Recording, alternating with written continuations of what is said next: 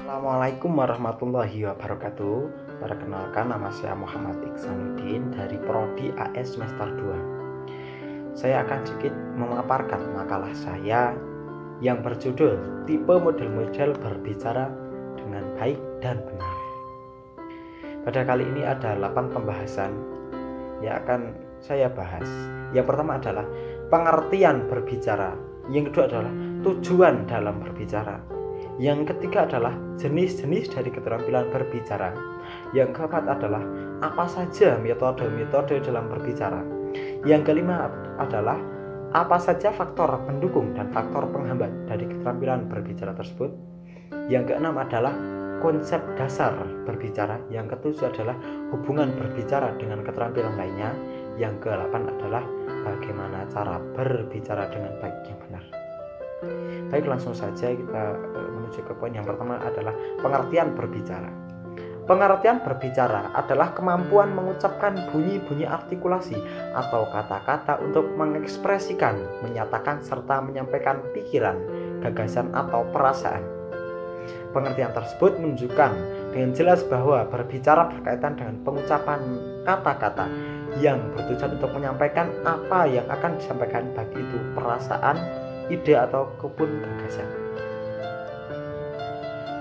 Haryadi dan Zamzani mengemukakan bahwa secara umum berbicara dapat diartikan sebagai satu penyampaian maksud, ide, pikiran, atau isi hati seseorang kepada orang lain dengan menggunakan bahasa lisan, sehingga maksud tersebut dapat dipahami orang lain. Pengertian ini mempunyai makna yang sama dengan kedua pendapat yang diuraikan, hanya saja diperjelas dengan tujuan yang lebih jauh lagi, yaitu agar apa yang disampaikan dapat dipahami orang lain. Yang ketiga adalah dari definisi berbicara dikemukakan oleh Brown dan Yule. Berbicara adalah kemampuan mengucapkan bunyi-bunyi bahasa untuk mengekspresikan atau menyampaikan pikiran, gagasan, atau perasaan secara lisan. Pengertian ini pada dasarnya mempunyai makna yang sama dengan pengertian yang disampaikan oleh Taringan, yaitu bahwa berbicara berkaitan dengan pengucapan kata-kata. Berdasarkan pendapat yang telah diuraikan di atas, dapat disimpulkan bahwa pengertian berbicara ialah kemampuan mengucapkan kata-kata dalam rangka menyampaikan atau menyatakan maksud, ide, gagasan, atau pikiran, serta perasaan yang disusun dan dikembangkan sesuai dengan kebutuhan penyimak agar apa yang disampaikan dapat dipahami oleh penyimak atau lawan bicara, baik itu individu maupun kelompok. Poin pembahasan yang kedua adalah tujuan berbicara. Menurut Taringan, tujuan utama dari berbicara adalah untuk berkomunikasi agar dapat menyampaikan pikiran secara efektif sehingga pembicara memahami makna segala sesuatu yang ingin dikomunikasikan. Yang pertama, tujuan berbicara adalah berbicara menghibur. Biasanya suasana hati rileks dan kocak. Tidak berarti bahwa berbicara menghibur tidak dapat membawa pesan dalam berbicara menghibur. Pembicara berusaha membuat pendengarnya senang, gembira, dan bersukaria. Contoh jenis berbicara ini antara lain lawakan-lawakan guyonan dalam Ludruk, Sri Mulat, cerita Kabayan, serta cerita Abu Nawas, dan yang lainnya. Yang kedua adalah tujuan berbicara, yaitu menginformasikan. Dalam suasana serius, tertib, dan hening, berbicara menginformasikan. Pembicara berusaha berbicara jelas, sistematis, dan tepat agar isi informasi benar-benar terjaga keakuratannya. Contoh, penjelasan materi dari sekretaris negara, habis dan kabinet, penjelasan dari menteri penerangan mengenai suatu kejadian, atau penjelasan dari peraturan pemerintah, peraturan presiden, ataupun perdes dan sebagainya, penjelasan PPL di depan kelompok tani, dan penjelasan instruktur pada siswanya maupun penjelasan guru pada siswanya ataupun dosen pada mahasiswanya. Yang ketiga adalah berbicara menstimulasi. Berbicara menstimulasi juga berusaha serius, kadang-kadang terasa kaku. Pembicara pada kedudukan lebih tinggi daripada pendengarnya, disebabkan oleh wibawanya, pengetahuan, pengalaman, jabatan, ataupun fungsi yang memang melebihi pendengarnya. Contoh, nasihat guru terhadap siswa yang malas, melalaikan tugasnya, pepatah petitih, pengajaran ayah kepada anak yang kurang senonoh, nasihat dokter kepada pasiennya, nasihat atasan pada karyawan yang malas-malasan, dan nasihat ibu pada putrinya yang sedang patah hati. Yang keempat adalah berbicara meyakinkan sesuatu dengan namanya, bertujuan meyakinkan pendengarnya. Suasananya pun bersifat serius, mencekam dan menegangkan. Contoh, pidato petugas KBN di depan masyarakat yang anti keluarga berencana, pidato petugas Departemen Sosial pada masyarakat daerah kritis tetapi segan bertransmigrasi, pidato pimpinan partai tertentu di daerah yang kurang menyenangi partai tersebut, pimpinan calon kepala desa di daerah yang belum simpati padanya, pimpinan bank pada masyarakat yang senang berhubungan dengan sengkulak. Yang kelima adalah berbicara menggerakkan. Juga menurut keseriusan baik dari segi pembicara maupun dari segi pendengarnya, pembicara dalam berbicara mendengarkan haruslah berwibawa, tokoh idola panutan masyarakat.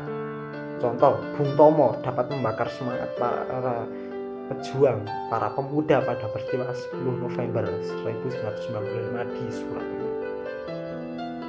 Poin pembahasan yang ketiga adalah jenis-jenis keterampilan berbicara.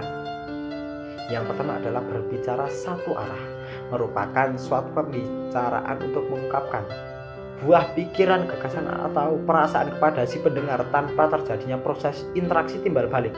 Contohnya pidato, khotbah, dan wawancara. Pada saat kegiatan berpidato ataupun orasi, hanya orator saja yang menyampaikan suatu gagasan, sedangkan pendengarnya hanya mendengarkan saja. Kegiatan seperti ini berlangsung dari awal sampai akhir kegiatan berpidato, sehingga wawancara termasuk satu arah juga karena pada kegiatan itu ada pihak yang selalu berada pada posisi sebagai pewawancara dengan bertanya, dan ada pula pihak yang selalu menjawab atau yang diwawancarai. Dengan demikian posisi masing-masing pihak tetap satu arah dan tidak boleh bertukar arah dalam satu kegiatan wawancara. Jenis-jenis keterampilan berbicara yang kedua adalah berbicara dua arah. Berbicara dua arah terjadi apabila si pembicara menyampaikan pikiran dan perasaan kepada orang lain, kemudian mendapat tanggapan balik atau timbal balik dari pendengar secara langsung. Jadi dalam proses berbicara dua arah ini terjadi interaksi timbal balik antara pembicara dengan lawan bicara. Pihak-pihak yang terlibat dalam pembicara ini aktif berbicara secara bergantian. Contohnya diskusi, tanya jawab, drama, ataupun debat. Di samping itu, kalau dilihat dan simak lebih jauh lagi, menurut tingkat keresmiannya berbicara dapat pula dibagi atas. Yang pertama berbicara formal, yang kedua adalah berbicara informal. Berbicara formal merupakan kegiatan berbicara yang dilakukan di depan forum dengan tema tertentu dan pastilah mediumnya bahasa Indonesia ragan baku. Contohnya pidato, ceramah, diskusi, maupun lain-lain. Yang kedua adalah berbicara informal. Ada kegiatan berbicara yang dilakukan pada acara-acara tidak resmi. Biasanya berbicara informal ini pendengarnya tidak banyak, kadang topiknya pun tidak satu. Contohnya berbicara atau mengobrol dengan teman sebaya, berbicara dengan keluarga, dengan teman ketika menunggu antrian, dengan teman ketika bertemu di jalan, dan sebagainya. Poin pembahasan yang keempat adalah metode berbicara. Dalam kegiatan berbicara ini dikenalkan 4 metode berbicara. Keempat metode tersebut diantaranya yang pertama, metode serta-merta. Metode ini biasanya digunakan oleh seorang yang secara serta-merta atau secara tiba-tiba mendadak diminta berbicara di depan orang banyak. Itu metode pertama. Yang kedua adalah metode menghafal. Metode menghafal adalah salah satu cara yang digunakan pembicara untuk menyampaikan pikiran dan perasaannya di depan orang yang banyak dengan bantuan daya ingat yang kuat dan kekayaan materi yang dimilikinya. Yang ketiga adalah metode naskah. Metode ini jarang digunakan kecuali pada saat-saat penting, misalnya di radio ataupun televisi. Biasanya sebelum tampil berbicara, pembicara memperhatikan naskah lengkap. Ketika tampil berbicara, naskah itu dibacanya kata demi kata, kalimat demi kalimat, sehingga perhatian pembicara tertuju pada naskah tersebut. Yang keempat adalah metode ekstemporan. Metode ini jarang digunakan oleh pembicara yang ingin berbicara tanpa mempersiapkan naskah. Uraian yang akan disampaikan dengan metode ini direncanakan dengan cermat, jadi dipersiapkan terlebih dahulu. Poin pembahasan yang kedua adalah faktor pendukung dan faktor penghambat dari keterampilan berbicara tersebut. Jika berbicara juga memerlukan hal-hal di luar kemampuan berbahasa dan ilmu pengetahuan pada saat berbicara dilakukan. Yang pertama adalah penguasaan bahasa, yang kedua bahasa, yang ketiga adalah keberanian dan keterangan, yang keempat adalah kesanggupan menyampaikan ide dengan lancar dan teratur. Faktor penunjang pada kegiatan berbicara sebagai berikut. Yang pertama adalah faktor kebahasaan, meliputi ketetapan ucapan, penempatan tekanan nada dan sendi atau durasi yang sesuai, pilihan kata, ketetapan penggunaan kalimat, serta tata bahasanya. Yang adalah ketepatan sasaran pembicaraan. Sasaran itu kepada siapa? Yang kedua adalah faktor non kebahasaan, meliputi sikap yang wajar, tenang dan tidak kaku, pandangan harus diarahkan ke lawan bicara, kesediaan menghargai orang lain, gerak-gerik dan mimik yang tepat, kenyaringan suara, kelancaran, relevansi penalaran, dan juga penguasaan topik. Faktor penghambat dari keterampilan berbicara. Yang pertama adalah faktor fisik, yaitu faktor yang ada pada partisipan sendiri dan faktor yang berasal dari luar partisipan. Yang kedua adalah faktor media, yaitu faktor linguistik dan non-linguistik, misalnya lagu, irama, tekanan, ucapan, isyarat, gerak bagian tubuh. Yang ketiga adalah faktor kondisi kejiwaan, partisipasi komunikasi, misalnya dalam keadaan marah, menangis, dan sakit. Poin yang keenam adalah konsep dasar dari berbicara.